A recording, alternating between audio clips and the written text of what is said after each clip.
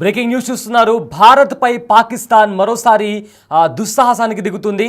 అయితే భారత్తో యుద్ధం ముగిసిన తర్వాత ఇప్పుడు పాకిస్తాన్ అణుబాంబును టెస్ట్ చేసే ప్లానింగ్లో ఉంది. ఈ నెల మే 28న న్యూక్లియర్ బాంబ్ని కూడా వాళ్ళు టెస్ట్ చేసే విధంగా కూడా దానికి సంబంధించి కూడా ప్లాన్ అంతా రెడీ చేస్తున్నారు. అయితే బలూచిస్తాన్లోని ఒక ప్రదేశంలో ఈ న్యూక్లియర్ టెస్ట్ చేయాలని కూడా పాకిస్తాన్ ప్లాన్ చేస్తున్నట్టు ఇప్పటికే సమాచారం అందింది. అయితే ఈ నేపథ్యంలో రాజ్నాథ్ సింగ్ కూడా స్పందించారు. అదేవిధంగా బలూచిస్తాన్కి సంబంధించిన ఒక లీడర్ కూడా ఈ నేపథ్యంలో ట్వీట్ చేశారు. అయితే ఆయన ట్వీట్లో be ready to cover the Baloch protest against the Pakistan nuclear test on 28 May 2025.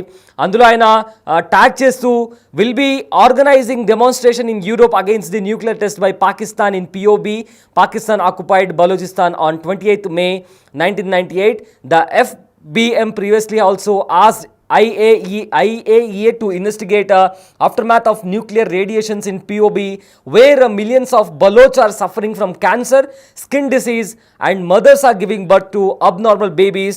It is now responsible of the world community and bodies working for climate change, wildlife.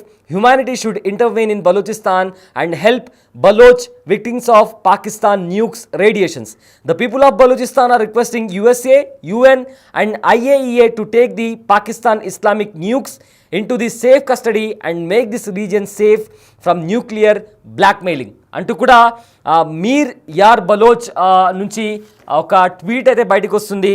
So దీంతో ఈ ట్వీట్ వచ్చినప్పటి నుంచి కూడా పాకిస్తాన్ మే 28న కూడా మరో న్యూక్లియర్ టెస్ట్ కూడా చేయబోతుందా అని దానికి సంబంధించి కూడా ప్రజెంట్ ఆ ట్వీట్ వైరల్గా మారింది. So present Pakistan nuclear test చేయబోతుందా అనే క్వశ్చన్ కూడా రైజ్ అవుతుంది.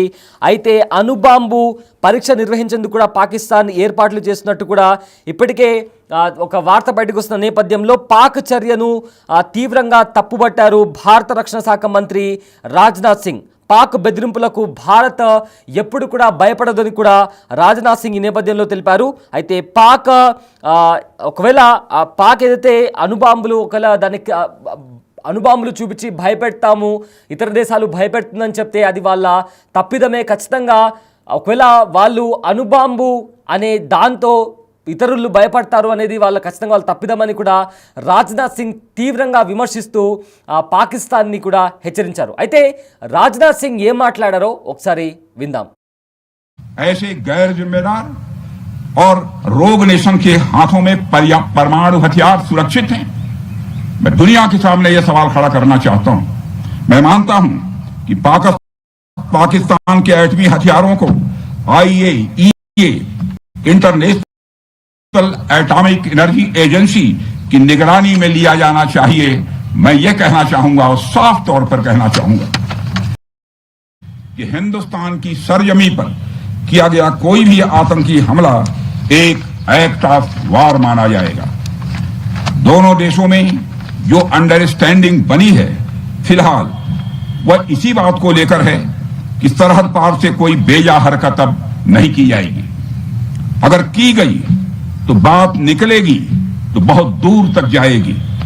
साथ ही हमारे प्रधानमंत्री ने यह भी साफ कर दिया है आतंक और बातचीत कदापि एक साथ नहीं चलेंगे और अगर बात होगी तो आतंकवाद पर होगी और पाक ऑक्युपाइड कश्मीर पर ही होगी.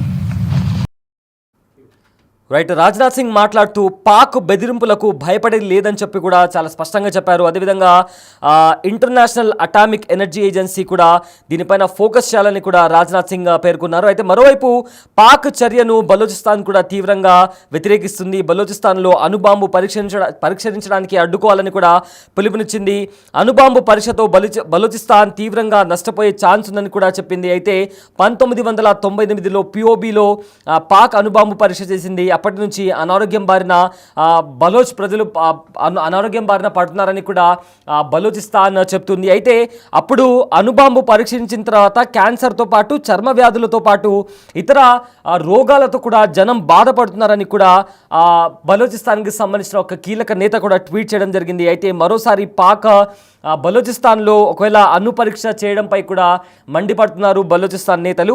అయితే పాక్ చర్యను అడ్డుకోవడానికి కూడా ఇంటర్నేషనల్గా కూడా ప్రతి ఒక్కరి మద్దతును కూడా బలోచిస్తాన్ నేతలు కోరుకుంటున్నారు. ప్రజెంట్ అయితే పాకిస్తాన్ ఏదైతే న్యూక్లియర్ టెస్ట్కి 28 మేన టెస్ట్ చేయడానికి సిద్ధంగా ఉంది. సో ఈ నేపథ్యంలో అణుబాంబుకి ఈ న్యూక్లియర్ టెస్ట్కి సంబంధించి ప్రపంచ దేశాలు అడ్డుకోవాలని కూడా ఎవరైతే వైల్డ్ లైఫ్ కోసం ఫైట్ చేస్తున్నారో, క్లైమేట్ చేంజ్ కోసం ఫైట్ చేస్తున్నారో, మనుషుల కోసం ఫైట్ చేస్తున్నారో వాళ్ళందరూ కూడా ఈ న్యూక్లియర్ టెస్ట్ని అడ్డుకోవాలి. అంతర్జాతీయ సంస్థలు కావచ్చు, అంతర్జాతీయంగా ఉన్న దేశాలు కావచ్చు, ప్రతి ఒక్కరూ పాకిస్తాన్ చేపడుతున్న ఈ చర్యను అడ్డుకోవాలి, దీన్ని తీవ్రంగా ఖండించాలి అని చెప్తూ కూడా ఇప్పటికే బలోచిస్తాన్ ఒక ట్వీట్ చేసింది. ఎందుకంటే న్యూక్లియర్ టెస్ట్ అనేది న్యూక్లియర్ టెస్ట్ వల్ల నిజంగానే చాలా రకాల డిసీజెస్ వస్తాయి. ఫర్ ఎగ్జాంపుల్ హిరోషిమా నాగసాకిలో న్యూక్లియర్ బాంబ్ అనేది వేసినప్పుడు, అణుబాంబు అని ప్రయోగించినప్పుడు కూడా చాలా సంవత్సరాల వరకు కూడా అక్కడ ఒక చిన్న మొక్క కూడా అక్కడ మొలవని పరిస్థితి మనం అప్పట్లో చూసాము. ఫుడ్ క్రాప్స్ అనేవి రావు. చాలా వరకు కూడా ఆ ప్రాంతాల్లో పుట్టబోయే పిల్లలు కూడా చాలా రకాలుగా డిసీజెస్తో వాళ్ళు పుడతారు, అబ్నార్మల్గా పుడతారు, ఉన్నట్టుండి కూడా మనుషులు చనిపోతారు.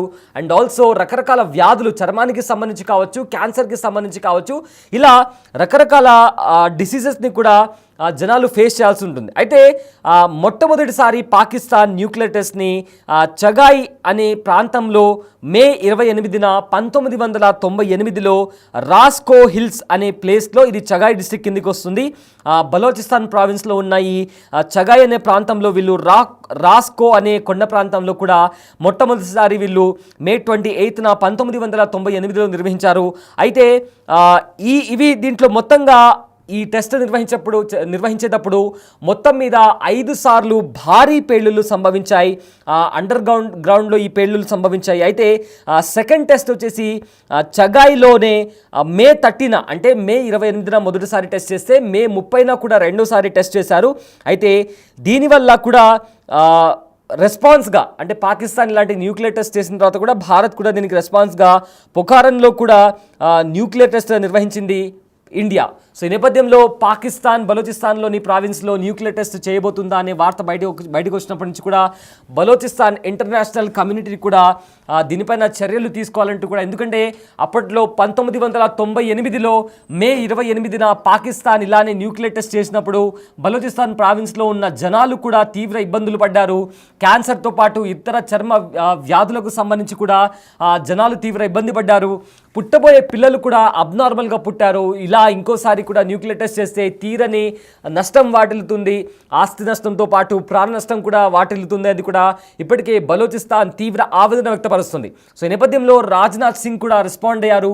ఆయన మాట్లాడుతూ పాకిస్తాన్ పదే పదే అణుబాంబుని చూపించి భయపెడితే ఇక్కడ భయపడడానికి ఎవరు లేరంటూ కూడా రాజ్నాథ్ సింగ్ కూడా చాలా సీరియస్ కౌంటర్ ఇచ్చారు. సో మొత్తం మీద చూసుకుంటే పాకిస్తాన్ మరోసారి కవ్వింపు చర్యలకు దిగుతోంది. ఈసారి అణుబాంబు చూపించి భయపెడతామని చూస్తుంది. కానీ భారత్ అయితే మేము దేనికైనా సిద్ధంగా ఉన్నాము, మీరు అణుబాంబు చూపించి భయపెడితే ఇక్కడ భయపడడానికి ఎవరు లేరంటూ కూడా పాకిస్తాన్కి చాలా స్ట్రాంగ్ కౌంటర్ ఇచ్చింది భారత్.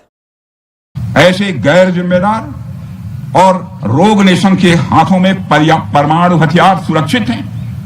मैं दुनिया के सामने यह सवाल खड़ा करना चाहता हूं. मैं मानता हूं कि पाकिस्तान के एटमी हथियारों को IAEA international atomic energy agency की निगरानी में लिया जाना चाहिए. मैं यह कहना चाहूंगा और साफ तौर पर कहना चाहूंगा कि हिंदुस्तान की सरजमी पर किया गया कोई भी आतंकी हमला एक एक्ट ऑफ वार माना जाएगा. दोनों देशों में जो अंडरस्टैंडिंग बनी है फिलहाल वह इसी बात को लेकर है कि सरहद पार से कोई बेजा हरकत अब नहीं की जाएगी. अगर की गई तो बात निकलेगी तो बहुत दूर तक जाएगी.